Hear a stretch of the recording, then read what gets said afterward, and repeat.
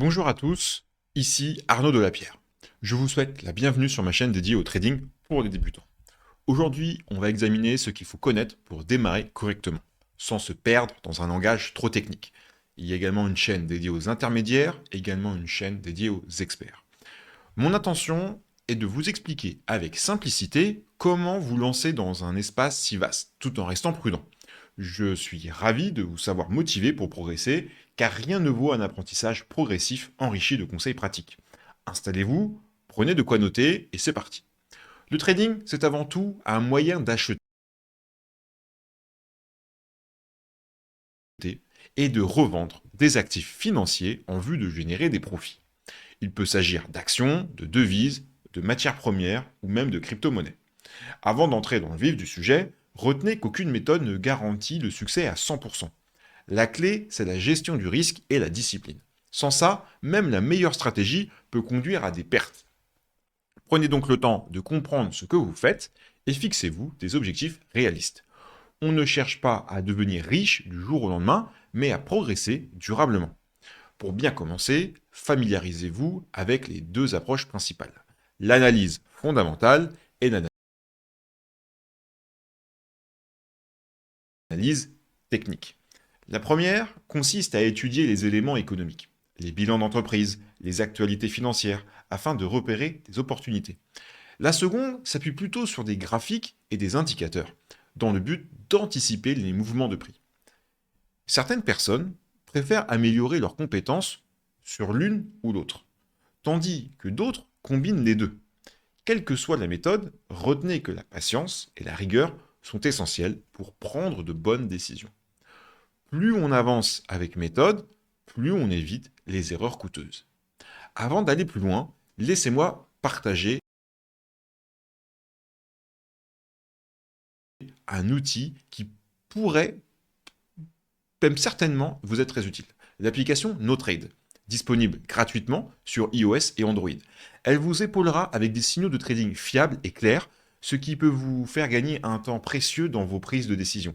Vous pouvez personnaliser les notifications, suivre plusieurs marchés et bénéficier d'indicateurs performants, le tout sans dépenser un centime. C'est une solution souple pour ceux qui souhaitent disposer d'un accompagnement sans s'embarrasser de logiciels compliqués. Si vous ne l'avez pas encore téléchargé, n'hésitez pas à l'essayer pour soutenir votre apprentissage. Et une fois de plus, je répète, elle est gratuite. Il y a même un chat communautaire dedans.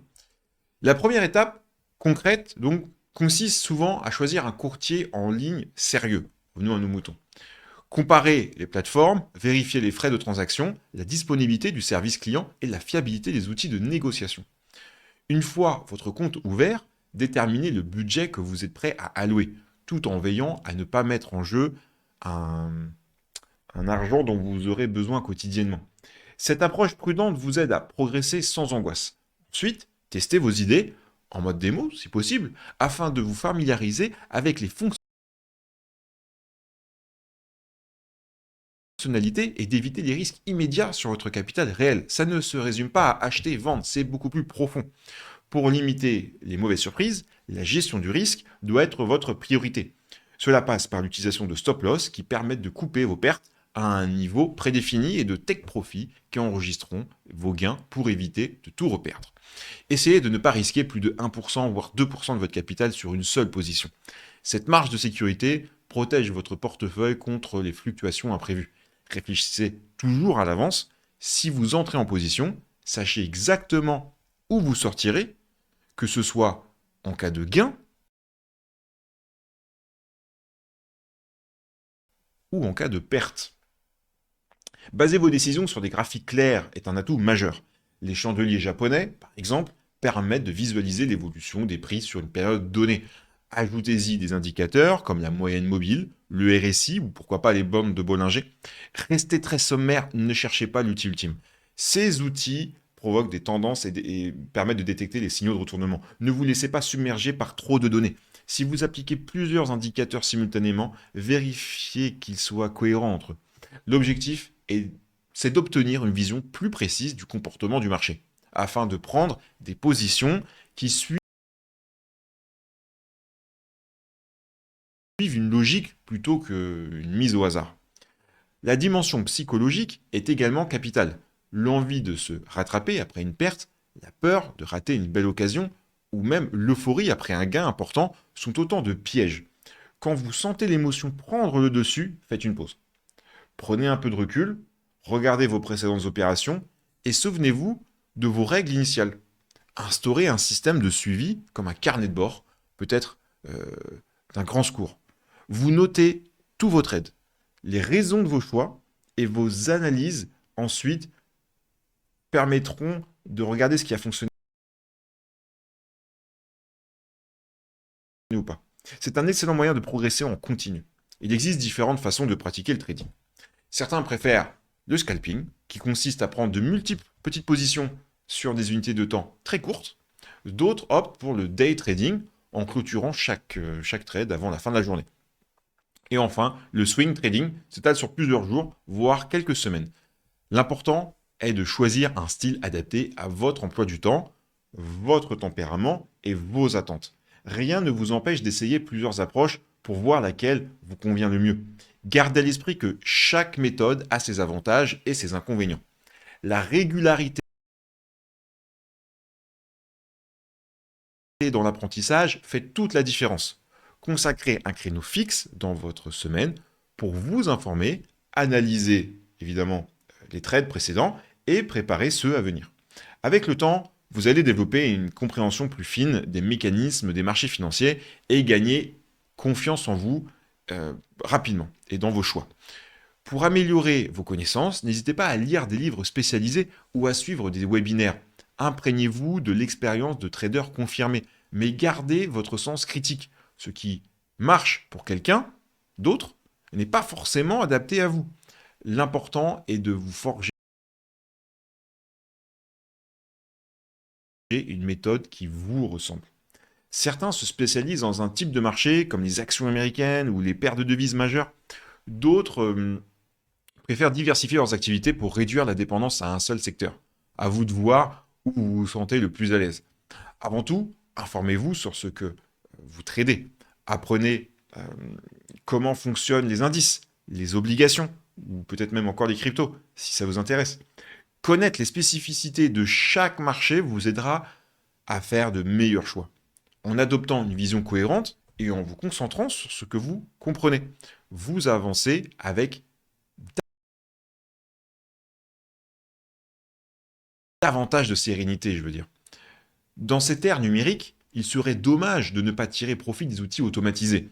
Certains traders programment des robots pour exécuter leur stratégie en continu, tandis que d'autres utilisent des logiciels d'alerte pour signaler des configurations. Configurations intéressantes. D'ailleurs, NoTrade va un petit peu dans ce sens-là. Avant d'adopter ce genre de solution, prenez le temps de tester leur fiabilité. Les algorithmes ne font pas de pause et peuvent enchaîner des positions ratées si la stratégie sous-jacente n'est pas solide. Conservez un minimum de contrôle manuel et gardez un regard critique. Un outil qui fonctionne un temps peut perdre en efficacité si les conditions du marché évoluent. Personne n'est jamais à l'abri d'une série de pertes consécutives. Lorsque cela se produit, mieux vaut réduire son risque temporairement, voire faire une pause pour retrouver son calme et prendre du recul. De la même façon, un enchaînement de gains peut donner un excès de confiance qui nous pousse à prendre des décisions hâtives.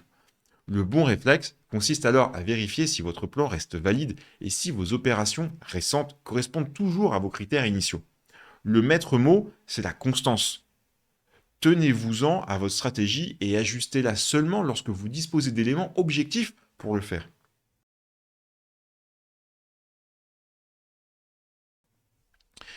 Si ce contenu vous a parlé, pensez à vous abonner et à liker la vidéo pour soutenir la chaîne.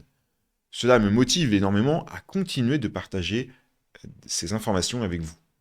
Dans les prochaines vidéos, nous aborderons comment créer un plan de trading complet, gérer ses émotions de manière plus approfondie et repérer des configurations potentielles. N'oubliez pas que le trading est une aventure où l'on apprend en permanence. Chaque expérience, qu'elle soit bonne ou moins bonne, nourrit notre progression. En vous entourant de bonnes ressources, vous avancerez pas à pas vers une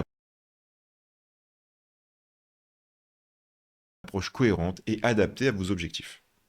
Merci d'avoir suivi cette introduction au trading avec moi. J'espère que cette vidéo vous a donné un aperçu clair de ce que vous pouvez mettre en place pour débuter sans stress. Gardez en tête que chacun peut y arriver avec rigueur, curiosité et évidemment patience. Apprenez à écouter le marché. Fixez-vous des objectifs raisonnables et n'hésitez pas à vous documenter davantage. Si vous avez des questions ou des sujets que vous voulez voir traités, laissez un commentaire. Je vous dis à très bientôt pour un nouvel épisode et d'ici là, bon trading à tous.